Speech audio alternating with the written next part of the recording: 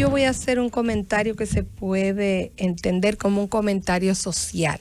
Voy a hablar sobre un informe presentado por el Fondo de Naciones Unidas para la Infancia, UNICEF, en el marco de una reunión con la primera dama, la señora Raquel Albaje, el ministro de Planificación y Desarrollo, Economía y Desarrollo, ¿verdad? Economía, Planificación y Desarrollo. Desarrollo, Miguel Seara Hatton, y sobre todo la directora de la ONE, de la Oficina Nacional de Estadística, presentó pues un informe que se hace en este caso analizando los datos de la encuesta de hogares, que abarcó un comparativo entre el 2014 al 2019, utilizando la base de datos de esta gran encuesta, sobre todo enfocado a los niños y a la infancia. Midió varios indicadores: lactancia infantil, hemos avanzado en lactancia infantil exclusiva los primeros 6 meses de vida. Eso es importante porque se crea un lazo entre la madre y el niño que facilita mucho el desarrollo socioafectivo de los infantes y también de la madre con el niño. Hemos avanzado de un 4%, tenemos un 16% de los infantes tienen lactancia exclusiva hasta sus primeros 6 meses de vida. También la tasa de nacimiento, la tasa de registro de nacimiento, pues pensamos que había bajado. Lo que ha bajado es la cantidad de niños por pareja, pero aumentó de un 82 a un 93%. Se midió la mortalidad infantil, la tasa de inmunización, que seguro, pues, aunque el indicador mide ese periodo de tiempo, del 2014 al 2019, pero tuvo que haber afectado bastante la pandemia, que sabemos que muchos del programa de vacunación sufrió una baja natural porque pues no se asistía tanto a los hospitales a inmunizar a los niños por el tema del miedo al contagio. La estimulación temprana infantil, muchos indicadores, las uniones y matrimonios en adolescentes, uniones tempranas. Pero el indicador que quiero comentar hoy es el de la baja en la utilización o eliminación de el uso de la violencia para disciplinar los niños. Señores, es escandaloso. 64% de los niños de 3 a 4 años sufren violencia como forma de disciplinar. En otras formas, para que lo entendamos claramente, como forma de crianza. A los niños de 3 a 4 años, 64%. En las clases más pobres, este indicador alcanza aún más. Es la media que da 64%. En las clases ricas, asimismo, las clases altas, pues puede a veces bajar hasta un 61%, pero nunca menos. 64% de nuestros niños de 3 a 4 años sufren violencia, entre violencia física y violencia psicológica grave. O sea, estamos hablando, señores, de que un niño, la forma de disciplina de sus padres es la utilización de violencia, y me define la violencia. No estamos hablando de violencia emocional, estamos hablando de violencia psicológica grave.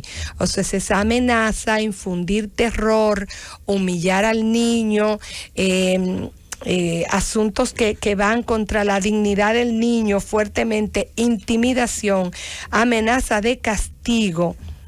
Y las violencias físicas es la utilización de la fuerza física contra los niños, que va desde alones de moño hasta palizas graves, utilización de correas, pellizcos, castigos fuertes y azote.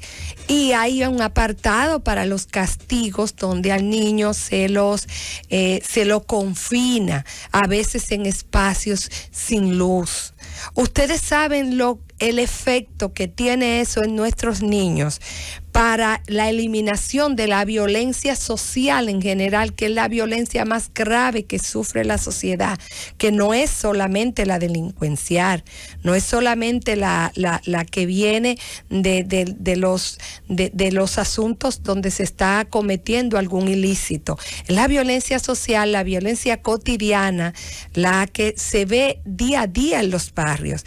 Es que es un niño que está criando y va a crear un adulto violento, en que la forma de imponer la disciplina y de darle formación es la utilización de la violencia.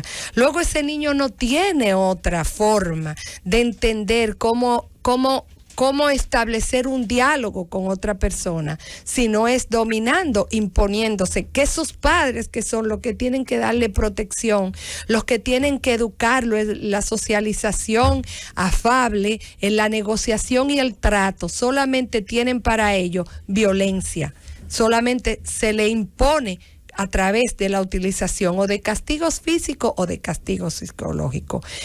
Eso sin hablar de cuál es el tipo de referencia que tiene con relación a sus padres.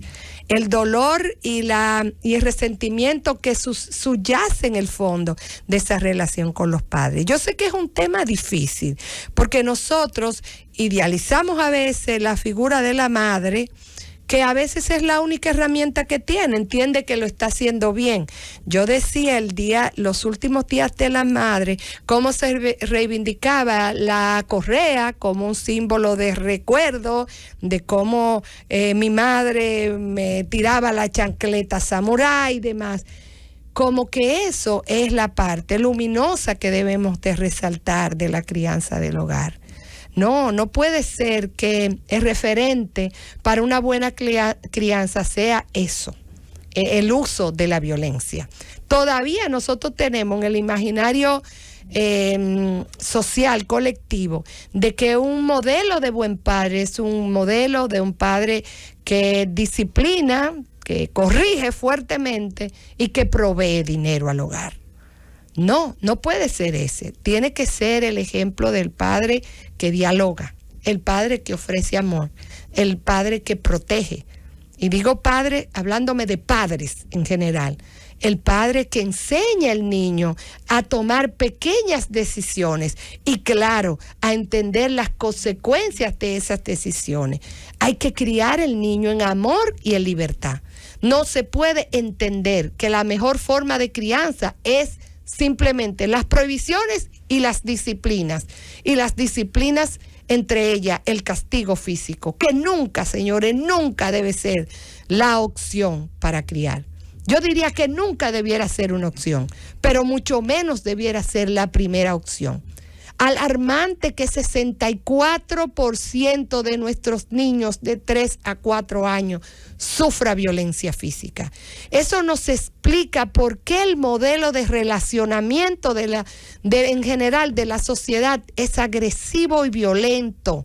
Porque es en los primeros 7 años de la vida de cualquier ser humano que se conforma el carácter y la forma de reacción y de respuesta a todas las actividades de la vida.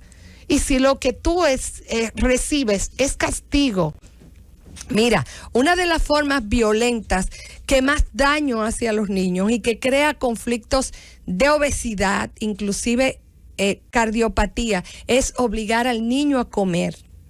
Se entiende que es una desobediencia del niño y se ha podido explicar que cuando el niño se niega a comer tiene algún problema o físico o psicológico, y la respuesta no es obligarlo a comer.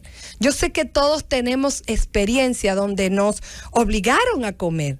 Inclusive hay adultos que recuerdan que vomitaban algún tipo de alimento que sencillamente no les gustaba, cuando hay otros alimentos alternativos para adquirir ese nutriente. Ahora, el daño psicológico que te hacían cuando te obligaban a comer la habichuela, por ejemplo, hasta que tú la vomitabas, eso deja una huella imborrable. Y nosotros tenemos que hablar de esos temas en la sociedad. Los programas que tratan de eliminar a la violencia tienen que ir a la base de la sociedad, a la crianza de los bebés. Los niños que golpean de 5 y 6 años y que muerden están repitiendo patrones de conducta o están obedeciendo algún impulso que debe ser enfrentado de otra forma y no con más violencia.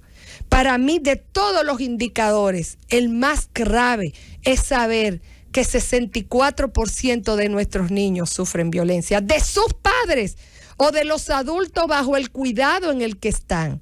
O sea, su círculo de protección, porque el único mamífero o el mamífero que más años tiene que estar al cuidado de sus progenitores es el ser humano. Tal vez Dios lo hizo así para tratar de que pudiera el niño recibir mayor, el hombre, diciendo el hombre a la especie humana, mayor contacto con sus padres.